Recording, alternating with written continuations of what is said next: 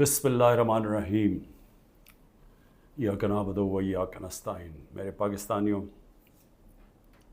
آج میں نے آپ سے 3-4 باتیں کرنی ہیں، لیکن میں سب سے پہلے جو اپنی بات کا آغاز کرنا چاہتا ہوں وہ میں نے جس چیز کے اوپر فیصلہ کیا ہے کہ نیب چیئرمین کے اوپر میں 15 ارب روپے کا آج ہرجانہ اس کے اوپر ڈال رہا ہوں اپنے وکیل کے ذریعے۔ میں نے اس کو لیگل نوٹس بھجوایا اور میں آپ کو صرف موٹی موٹی بات بتانا چاہتا ہوں کہ میں نے یہ کیوں کیا ہے۔ اس آدمی نے سب کچھ بدنیتی پہ کیا۔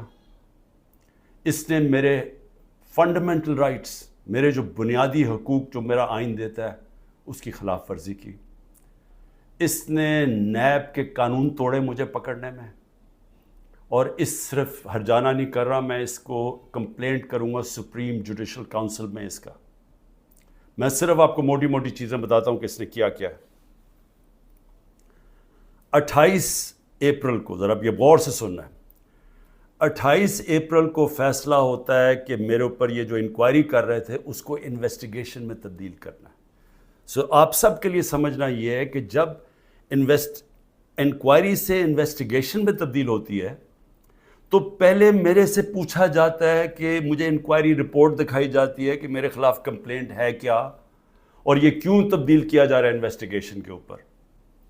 مجھے کوئی اس کا علم نہیں ہوتا، بلکہ 30 اپریل کو اس کے 2 دن بعد اخبار میں رپورٹ آتی ہے، کسی اخبار میں لکھا ہوتا ہے کہ جی انکوائری انویسٹیگیشن سے گئی۔ میرے وکیل نے فوری طور پہ اسلام آباد ہائی کورٹ کہا کہ جی کیا، ہمیں تو پتہ ہی نہیں ہے اس کا۔ لیکن ذرا آپ دیکھتے رہیں کہ 28 سے جب مجھے پتہ ہی نہیں ہے کہ انکوائری کیا ہے، میرے پاس رپورٹ ہی نہیں ہے۔ انکوائری کی رپورٹ میرے پاس پہلی دفعہ آتی ہے جب یہ مجھے جیل میں ڈالتے ہیں۔ یہ نیب کے قانون کی خلاف ورزی ہے۔ اب بدنیتی دیکھیں کہ 28 کو وہ انویسٹیگیشن کرتے ہیں، 1 مئی کو میرا وارنٹ نکل جاتا ہے، 3 دن کے بعد میرا وارنٹ نکل جاتا ہے، اور وارنٹ بھی اس دن نکلتا ہے جس دن پبلک ہالیڈے ہوتا ہے، 1 میں پبلک ہالیڈے ہوتا ہے۔ 8 دن پتہ نہیں چلتا کہ میرا وارنٹ ہے، چھپا لیتے ہیں وارنٹ کو، اور پھر اس کو مجھے عدالت میں جب بیٹھا ہوتا ہوں، اسلام آباد کی عدالت میں جب بیٹھا ہوتا ہوں، تو تب پتہ چلتا ہے کہ میرے اوپر اٹیک ہوتا ہے رینجرز کا۔ پولیس کیوں نہیں؟ رینجرز آپ تب استعمال کرتے ہیں جب کوئی بہت بڑا مجرم ہو، جب کوئی وہ دہشت گرد ہو، یا جب اسے کوئی خطرہ ہو۔ میں تو جب اسلام آباد 9 تاریخ کی صبح کو نکلا تھا، میں نے ویڈیو ریکارڈ کی تھی کہ اگر آپ نے مجھے پکڑنا ہے تو آپ مجھے وارنٹ دکھائیں اور مجھے پکڑ لیں۔ وہ کوئی ڈرامے نہ کریں جو میرے گھر پہ باہر آ کے انہوں نے کیا۔ اس کے باوجود رینجر سے مجھے پکڑا، توڑ پھوڑ کی گئی، میرے سر پہ ڈنڈا لگا، لوگوں کو مارا، خون نکلا لوگوں کے۔ سٹاف جو تھا اس کو انہوں نے مارا، جو وہاں بیچارہ رجسٹری آفس کا سٹاف تھا۔ اور پھر جس طرح مجھے وہ لے کے گئے، ساری دنیا میں وہ تصویریں گئیں کہ جس طرح کوئی کوئی مجرم کو، دہشت گرد کو پکڑ کے لے کے جا رہے ہیں۔ یہ سارا نیب چیئرمین کے آرڈرز کے اوپر ہوا۔ اب یہ دیکھیں، سیکشن 24 جب آپ اریسٹ وارنٹ کرتے ہیں نیب میں، تو یہ 4 چیزیں ہونی چاہیے آپ کو اریسٹ کرنے سے پہلے، کہ یہ 4 وجوہات ہونی چاہیے جس کی وجہ سے وہ آپ کو اریسٹ کرتے ہیں۔ نمبر 1 کہ بار بار مجھے نوٹسز گئے اور میں اس کا جواب نہ دوں۔ مجھے نوٹس ہی نہیں کسی نے بھیجا تو میں جواب کیا دیتا؟ تو پہلا غلط۔ دوسرا کہ میں مفرور ہوں، کہ میں بھاگا ہوا ہوں۔ میں عدالت کے اندر بیٹھا ہوا، میں مفرور کیسے ہوں؟ میں تو ہائی کورٹ کے اندر بیٹھا ہوا تھا، وہ بھی غلط۔ تیسرا کہ میں ایویڈنس کو چینج کر رہا ہوں۔ ایویڈنس ساری گورنمنٹ کے پاس پڑی تھی، القادر کی ساری ایویڈنس، یا وہ NCA والی، وہ ساری ان کے کیبنٹ پہ پڑی تھی، اور یا انہوں نے ساری القادر کی ساری چیزیں منگوا لی تھی، وہ ان کے پاس پڑی تھی۔ تو میں نے ٹیمپر کیسے کرنا تھا؟ یعنی میں نے اس کو چینج کیسے کرنا تھا، تبدیل کیسے کرنا تھا؟ اور پھر بار بار ایک چیز کرتا جائے آدمی، ریپیٹ کرتا جائے ایک جرم، پھر اٹھاتے ہیں۔ تو ان چاروں میں سے بتائیں کہ کون سی میں نے غلطی کی تھی جو مجھے انہوں نے ایک دہشت گرد کی طرح جس طرح مجھے انہوں نے اٹھایا ہے، یہ چاروں ایک پوائنٹ بھی نہیں میٹ کر رہا تھا۔ اس کے علاوہ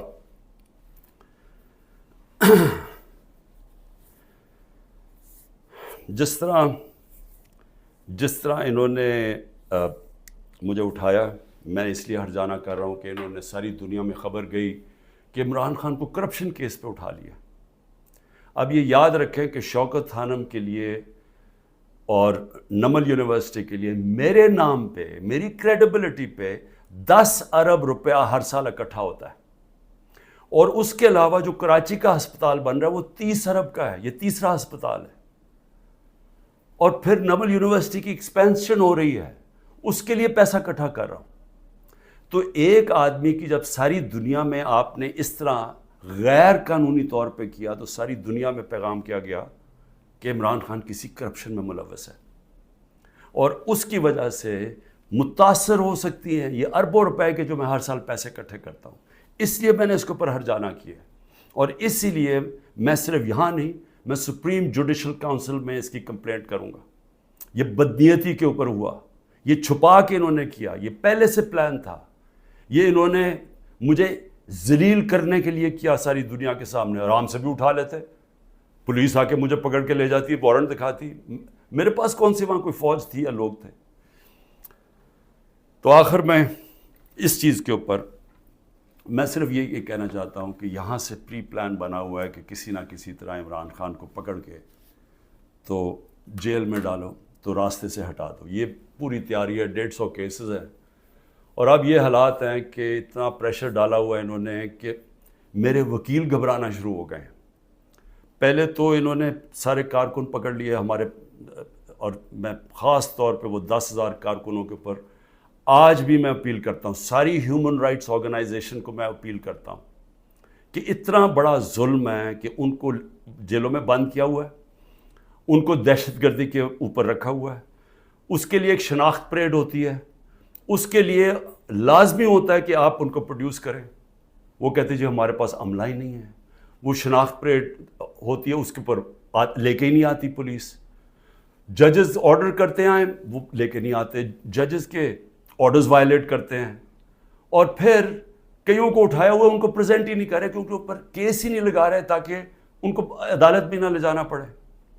لوگوں کو بند کیا ہوا ہے چھوٹے کمروں میں، گندے حالات ہیں اس کے اندر، کئیوں کے اوپر تشدد کیا جا رہا ہے۔ میں سارے پاکستان کے اندر، دیکھیں میں اس وقت سب پاکستانیوں سے اپیل کرتا ہوں کہ یہ جو ہو رہا ہے یہ یاد رکھیں کہ یہ ملک کو ادھر دھکیلا جا رہا ہے، وہ اس ملک کے اندر نفرتیں پیدا کی جا رہی ہیں، ایسی نفرتیں پھٹتی ہیں ملک میں۔ جب تک ایک پولیٹیکل پارٹی منظم رہتی ہے، ہم کوئی کسی قسم کا ہم نے آج تک 27 سال میں انتشار نہیں کیا۔ 9 مئی کو میں پھر سے ریپیٹ کرتا ہوں کہ سب کنڈیم کرتے ہیں، سارے، کوئی پاکستانی نہیں ہے جو وہ سمجھتا ہے کہ جو جلانا کیا، جو آرسن کی گئی، جو بلڈنگ جلائی گئی، یہ خاص طور پہ یہ جو کور کمانڈر کا گھر، سب اس کی مذمت کرتے ہیں۔ لیکن کیا کوئی تحقیقات انڈیپینڈنٹ نہیں ہونی چاہیے؟ اور کیا کوئی یہ نہیں کوئی آج تک کسی سے پوچھا کہ جو 25 لوگوں کو ڈائریکٹ گولیاں ماری گئی تھی، نہتے لوگوں کو، کیا ان کو کوئی والی وارث نہیں ہے؟ کوئی پوچھے گا نہیں کہ انہوں نے کیا غلطی کی تھی؟ سب نہتے تھے، سب جو مارے گئے ہیں۔ یہ حالات ہیں آپ کے، اتنا خوف پیدا کر دیا ہے کہ وہ لوگ سامنے ہی نہیں آ رہے۔ ہم لوگوں کو جب کہتے ہیں کہ ہم نے آپ کو کمپنسیٹ کریں گے، ان کی فیملیز کو، کوئی غریب لوگ تھے، ایک بیچارہ سارا گھر سنبھالتا تھا، اس کو گولی مار دی، وہ اتنے ڈرے ہوئے ہیں ان کے گھر والے لوگ کہ وہ سامنے ہی نہیں آ رہے۔ اب ایسی فضا پیدا کی ہوئی ہے، چھپے ہوئے ہیں لوگ، کہتے ہیں جی ہم نے سامنے نہیں آنا۔ اور کارکنوں کا یہ حال ہے کہ ہمیں پتہ ہی نہیں پوری طرح چل رہا کہ کتنے کارکن اندر ہیں، کتنے جیلوں میں، کیونکہ وہ چھپے ہوئے ہیں۔ ہمیں یہی نہیں پتہ چل رہا کہ اصل میں کتنے لوگوں کو اس دن گولیاں لگی تھی، کیونکہ ہمارے کارکن باہر ہوں گے تو بتائیں گے کیا، باقی یا چھپے ہوئے ہیں یا وہ جیل میں ہیں، اور جیل میں برے حالات کے اندر رکھا گیا۔ تو میں اس لیے نون لیگ کو بھی آج ایک بات کہنا چاہتا ہوں، اور پیپلز پارٹی کا بھی اور پی ڈی ایم کی پارٹیز کا بھی. دیکھیں یہ جو ہو رہا ہے نا, یہ یاد رکھیں کہ میں اس ملک کی اسٹیبلشمنٹ کو 27 سال سے میرا واسطہ پڑا ہے. آپ کو پتہ بھی نہیں چلے گا جب یہ بند کمرے میں پلان اے سے پلان بی پہ جائیں گے, آپ کو پتہ بھی نہیں چلے گا. تو جو آج آپ چپ کر کے یہ دیکھ رہے ہیں, یہ ظلم جو ہو رہا ہے, یہ آپ یہ سمجھ جائیں کہ یہ جب چینج ہوگا, کیونکہ چینج ہونا ہے, کیونکہ گورنمنٹ تو فیل ہو گئی ہے, اکانومی گر گئی ہے. آج جو ڈالر جس مارکیٹ کے اندر اوپن مارکیٹ میں 314 روپے کا ڈالر نہیں مل رہا, کیوں نہیں مل رہا؟ کیونکہ کسی کو سب کو اعتماد ہی اٹھ گیا اکانومی سے. تو اگر یہ حالات ہیں اور پہلے ہمارے پر سے یہ سب شور مچا رہے تھے 24%, ہماری 12% انفلیشن تھی. مہنگائی ہمارے زمانے میں 12.4% تھی. مہنگائی مارچ ہو گئی تھی. سارے ٹی وی شوز کے اوپر لوگوں کے پاس جاتے تھے, جی بتائیں کتنی مہنگائی ہے. آج کے فگرز مہنگائی کے 38% مہنگائی ہے, 3 گنا سے زیادہ ہے. اور آج جو حالات ہیں لوگوں کے, نہ مہنگائی کنٹرول ہو رہی ہے, فیکٹریاں بند ہو رہی ہیں, بے روزگاری بڑھ رہی ہے. آگے انٹرنیشنل میڈیا کے لوگ, جو فائنانس کے لوگ ہیں, وہ سمجھ رہے ہیں کہ ڈیفالٹ کرنے جا رہا ہے پاکستان. ان حالات کے اندر یہ اگر آپ سمجھتے ہیں پی ڈی ایم والوں کہ آپ بڑی دیر بیٹھے رہیں گے یہاں, میں آپ کو یقین دلاتا ہوں کہ جب پلان بی بنے گا, ہو سکتا ہے آپ ادھر پھنس جائیں. جو آج ہمارے سے ہو رہا ہے ہو سکتا ہے آپ سے بھی یہ ہو. اور یہ مجھے یہ کہنا کہ جی ہمارے زمانے میں یہ ہوا تھا, اس سے بڑا جھوٹ کوئی بول نہیں سکتا. مجھے یہ بتائیں کہ ہمارے زمانے میں کب یہ ہوا تھا؟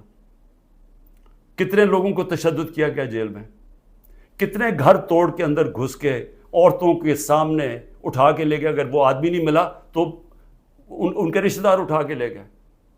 کتنے گھروں میں ایسے ہوا تھا؟ مجھے یہ آج تک بتائیں کہ ہم نے کتنے دہشت گردی کے کیسز کیے تھے. مریم نواز نے جا کے جب پتھراؤ کروایا تھا نیب کے اوپر, کتنے دہشت گردی کے کیسز ہوئے تھے.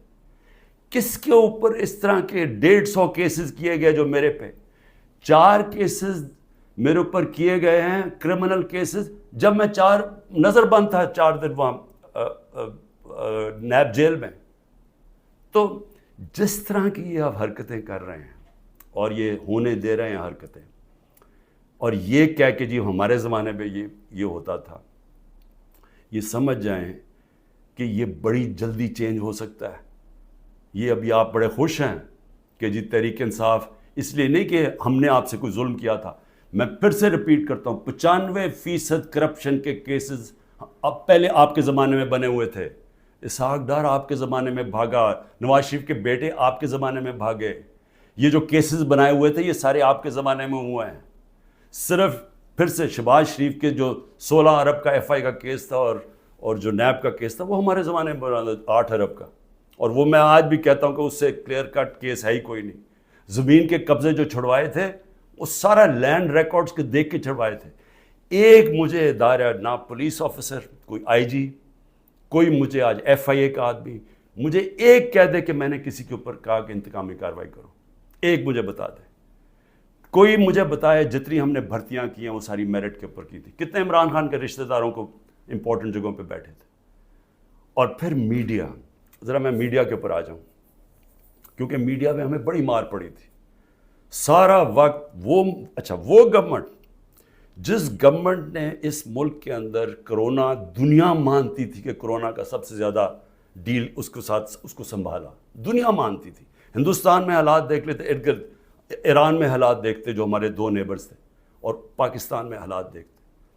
اپنے ملک کو جس طرح ہم نے نکالا ہے اور بڑی رسک لے کے, تو میں آج یہ سوال پوچھتا ہوں کہ ہمارے طرف اخبار اٹھا کے دیکھ لیں, جو ہماری مٹی پلیت کی گئی ہے میڈیا میں. اور ایک کیس ڈال دیجیے رانا ثناء اللہ کے اوپر, وہ ڈرگز کا کیس تھا. رانا ثناء اللہ کا اے این ایف نے کیس کیا تھا, جن کے اوپر ایک میجر جنرل صاحب بیٹھے ہوئے تھے. اور ہم نے کیبنٹ میں جب رانا ثناء اللہ کا کیس آیا, کیبنٹ میں پریزنٹیشن مانگی اس سے کہ کہیں غلط کیس تو نہیں کر دیا. اور انہوں نے ایک فریم بائی فریم بتایا کہ یہ کیسے یہ رانا ثناء اللہ پکڑا گیا تھا منشیات میں نے تو کسی کو نہیں کہا، نہ میری کیبنٹ نے کسی کو کہا. تو اس لیے یہ کہنا کہ آپ کے زمانے میں بھی کچھ تھا، ہمارے زمانے میں کچھ نہیں تھا. اور میں آج آپ کو آگے بھی بتا دوں کہ الیکشن جب ہوں گے، یہ میری آج پیشن گوئی مان لیں، جو مرضی کر لیں آپ، جتنا تحریک انصاف نے انشاءاللہ. تو جب ہم آئیں گے، میں آج آپ کو انشاءاللہ ہم جب آئیں گے، میں آپ کو ابھی بھی یہ کہتا ہوں، میرے سے جو کیا ہے میں تو ان کو معاف کر دوں گا. مجھے قتل کرنے کی جنہوں نے کوشش کی میں معاف کر دوں گا، کیونکہ میں جو امتی ہوں وہ نبی صلی اللہ علیہ وسلم کا ہوں، اور انہوں نے اپنی ذات کے اوپر ہمیشہ معاف کر دیتے تھے. تو میری ذات کے اوپر جو بھی چیزیں میں معاف کر دوں گا. جو میرے گھر میں ہوا، میری بیوی اکیلی گھر میں، جس طرح گھر میرا توڑا گیا باہر سے، جس طرح اٹھا کے لے گئے، مارا لوگوں کو میرے گھر میں آ کے، میرے گھر کے اوپر جو حملے کیے گئے، جب میں تو معاف کر دوں گا. لیکن مجھے بتائیں کہ جن لوگوں کے اوپر اس وقت تشدد ہوا ہے اور ہو رہا ہے، وہ جب نکلیں گے، یا جو اعظم سواتی سے ہوا، یا جو شہباز گل سے ہوا، تو کیا وہ معاف کریں گے؟ کیا یہ جو عمران ریاض کو اٹھایا، یا جو ارشد شریف، یہ جس طرح اس کی کیا فیملی معاف کرے گی؟ کیا یہ جو ورکرز جب نکلیں گے جن کو جانوروں کی طرح رکھا گیا ہے، کیا ان کو پتہ ہے کون کون سے؟ اور پولیس والوں نے زیادہ تر اچھا برتاؤ، ان کی بری رپورٹس نہیں ہیں، نامعلوم افراد نے زیادہ ظلم کیا، لیکن کئی گلو بٹ جو انہوں نے شامل کیے، کیا ان کو معاف کر دیں گے؟ جنہوں نے 25 مئی کو کیا، ہم نے چپ کر کے بیٹھ گئے، ہم نے کسی کو سزا ہی نہیں دی جب 25 مئی کو انہوں نے ظلم کیا تھا. تو کیا اب ہم معاف کر دیں گے؟ یہ جو ورکر جب نکلیں گے وہ ڈیمانڈ نہیں کریں گے کہ جن سے ظلم کیا گیا؟ تو اتنے انتہا پہ جو آپ لے کے جا رہے ہیں، یہ یاد رکھیں کہ کہیں پلان بی بن گیا تو آپ اسی جگہ پہ پھنس جائیں گے. اور میری میڈیا سے، اب میں پھر میڈیا سے پوچھتا ہوں کہ اب تو انہوں نے مکمل طور پہ عمران خان کا نام ہی اب نہیں لے سکتے اب ٹی وی چینلز پہ، یہ اب نئی چیز ہے. اگر عمران خان کا ٹی وی چینلز پہ نام نہیں لے سکتے تو اب میں سوچ رہا ہوں کہ ٹی وی چینلز پہ گفتگو کیا ہوگی شام کو. میں اور بھی سوچ رہا ہوں کہ اس کا مطلب مریم نواز کی تو اب تقریریں دکھائی نہیں سکیں گے، کیونکہ اس کی تقریر ہی ختم ہو جائے گی اگر اس میں عمران خان کا نام نہ ہوا. یعنی اس طرح سے کیا ملک میں کیا لوگ اتنے بیوقوف ہیں کہ اگر آپ یہ نہیں کریں گے تو اس سے وہ بھول جائیں گے لوگ P T I Imran Khan کو. میں پھر سے آپ سے کہتا ہوں کہ یہ جو لوگوں سے کیا جا رہا ہے، ہمارے لوگوں سے جو میرے سے کیا جا رہا ہے، میں اپنا اس لیے نہیں زیادہ بات کرتا کہ ٹھیک ہے میں تو تیار ہوں ہر چیز کے لیے. پہلے تو رانا ثناء اللہ کہتا ہے کہ عمران خان کی جان کو شدید خطرہ ہے، ٹی وی پہ جا کے کہتا ہے. پھر میرا جو انچارج تھا کرنل عاصم یہاں کا سیکیورٹی کا، وہ غائب ہو جاتا ہے. جو گاڑیاں جو پروٹیکشن دینے والی جو بلٹ پروف ہیں، وہ سوائے ایک کے باقی ساری وہ 3 جو گاڑیاں تھیں وہ غائب ہو جاتی ہیں، ان کو پکڑ کے امپاؤنڈ کر لیتے ہیں. پھر ارد گرد اس وقت جو ہمارے قریب تھا اس کے پر وارنٹ نکال دیے. تو یہاں خالی پڑا ہوں، میں اکیلا بیٹھا ہوں، 2-3 ہمارے پاس لوگ رہ گئے. اور پھر آتے ہوئے اب لوگ ڈرتے ہیں، کیونکہ اگر کوئی یہاں آئے گا تو ان کو ڈر ہے کہ باہر کوئی انفارمنٹس پکڑے جائیں گے، تو وہ بھی آئسولیٹڈ ہوں، وکیل صرف آ سکتے ہیں. لیکن میرا سوال یہ ہے کہ کیا اس سے میں پیچھے ہٹ جاؤں گا؟ اور پھر جو حربے استعمال کیے گئے، مجھے بڑا افسوس ہوا کہ رات میری بھانجی کا خامد، جس کا کوئی تحریک انصاف سے تعلق نہیں ہے، اس کا جو باپ اور فیملی وہ ساری نون لیگ میں ہے، اس کو کل رات اٹھا کے لے گئے. تو ایک بہن کے گھر میں چھاپے مارے ہیں انہوں نے گھر جا کے. تو یہ جو ساری حرکتیں ہیں، کیا اس سے عمران خان پیچھے ہٹ جائے گا؟ اور پھر میں نے ایک کمیٹی بنائی جس میں پرویز خٹک اور اسد کیسر تھے. ان کو دعوت ملی جی کہ ہاں اسٹیبلشمنٹ سے کیا ہے ہمارے سے بات چیت کریں. وہ ادھر جاتے ہیں، ادھر ان کو سیف ہاؤس میں بٹھا لیتے ہیں. وہ ابھی بھی جب تک مجھے خبر آ رہی ہے ابھی وہ سیف ہاؤس میں بیٹھے ہوئے ہیں. انہیں کہہ رہے ہیں کہ تب آپ کو ہم چھوڑیں گے جب آپ یہ کہیں گے کہ ہم تحریک انصاف سے ہم اس کو چھوڑیں، تحریک انصاف اور عمران خان کو. تو اصل میں یہ جب آپ یہ حرکت یہ جو کر رہے ہیں، کیا آپ کو سمجھ ہے کہ آپ لوگوں سے کیا پوچھ رہے ہیں جب آپ کہتے ہیں کہ آپ تحریک انصاف سے علیحدہ ہو رہے ہیں؟ کیا اندازہ ہے کہ یہ کہہ کیا رہے ہیں آپ یہ کہہ رہے ہیں کہ آپ پالیٹکس چھوڑ دیں، کیونکہ جس وقت جو اس وقت تحریک انصاف کو چھوڑے گا، یہ میں آج آپ کو رائٹنگ میں دے رہا ہوں کہ اس کو لوگوں نے ووٹ نہیں ڈالنی۔ تو جو ہمارے سارے لوگ اتنی مشکلوں کے باوجود ہمارے ساتھ کھڑے ہیں، نظریاتی طور پہ بھی کھڑے ہیں، وہ جو ظلم ہو رہا ہے اس کے اوپر بھی وہ لوگ کھڑے ہو گئے کہ نہیں ہم نہیں جاتے، لیکن ان سب کو یہ بھی پتہ ہے کہ جو چھوڑے گا اس کی اس وقت پالیٹکس ختم ہو جائے گی۔ تو یہ جو ان دونوں کو، ہمارے سینئر لوگوں کو، میں نے تو اس لیے کہا تھا کہ بات چیت شروع کریں گے، وہ بات چیت کرنے گئے ان کو ہی بٹھا لیا۔ تو اس کا مطلب کہ بات چیت نہیں کرنا چاہتے، اس کا مطلب یہ کہ یہاں فیصلہ ہوا ہے بند کمروں میں کہ پارٹی کو ختم کرنا ہے، عمران خان کو اکیلا کر دینا۔ عمران خان اکیلا ہو چکا ہے، عمران خان کے ارد گرد اب کوئی بھی نہیں ہے، نہ میں کسی کو ٹیلی فون کر سکتا ہوں، نہ میں کسی سے بات کر سکتا ہوں، کہ سب چھپے ہوئے ہیں، یا جو میری سینئر لیڈرشپ ہے ان سے مشاورت نہیں کرتے، وہ سارے جیل میں ہیں، یا انہوں نے کہا کہ ہم جی پیچھے ہٹ رہے ہیں، ہم پالیٹکس سے پیچھے ہٹے۔ تو کیا میں سوال یہ پوچھتا ہوں کہ چلیں عمران خان کو تو آپ نے آئسولیٹ کر دیا، کیا یہ پاکستان میں اس کی بہتری ہو رہی ہے؟ یہ ہمارا ملک کے لیے بہتر ہے؟ ہماری جو اکانومی بیٹھتی جا رہی ہے، جو غربت بڑھتی جا رہی ہے، بے روزگاری بڑھتی جا رہی ہے، مہنگائی بڑھتی جا رہی ہے، کیا یہ اس سے ٹھیک ہو جائے گی؟ کیا اندازہ نہیں کہ یہ جو بھی سوچ رہے ہیں، جو بھی یہ سوچ ہے اس کے پیچھے، کیا وہ آگے پاکستان کا بھی سوچ رہے ہیں؟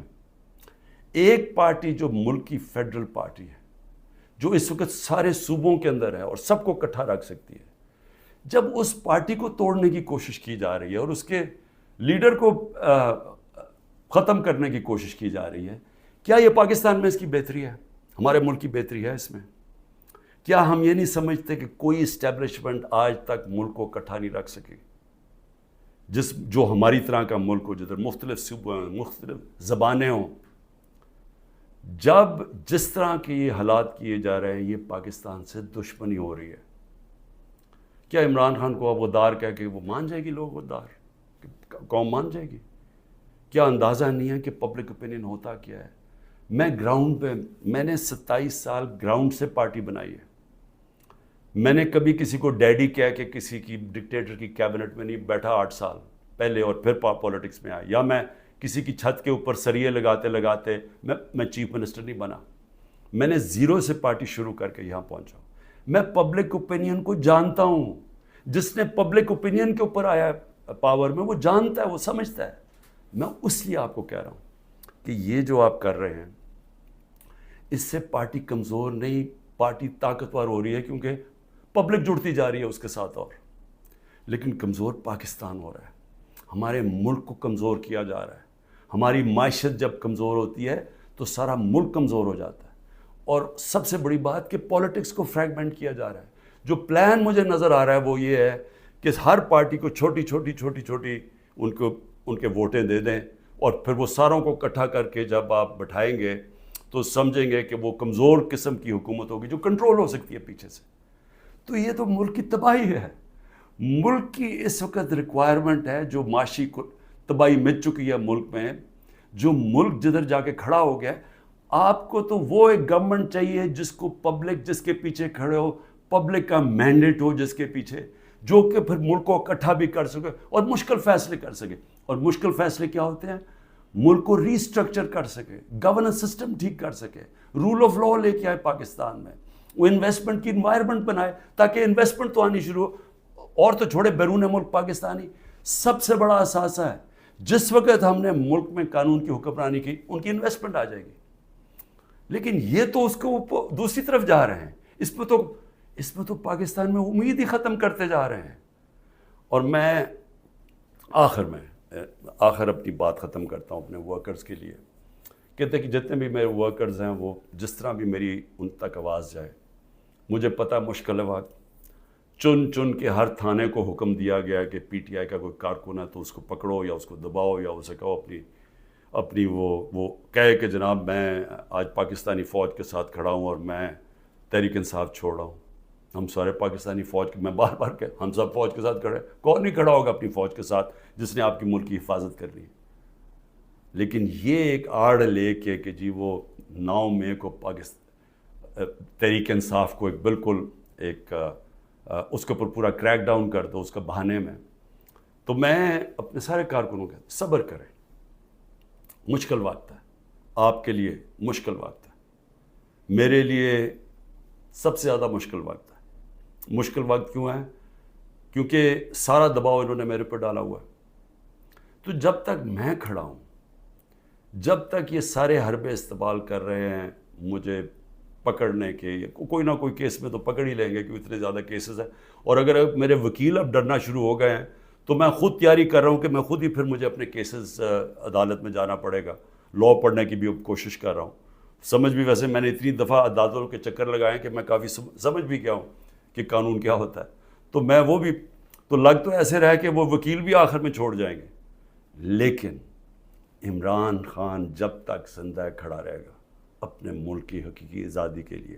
اور میرے کارکنوں، آپ اس کو پالیٹکس نہ سمجھیں، آپ ایک دن دنیا کہے گی کہ یہ وہ لوگ ہیں جو کھڑے تھے پاکستان کی حقیقی آزادی کے لیے اور انہوں نے قربانیاں دی اپنے ملک کو آزاد کرنے کے لیے۔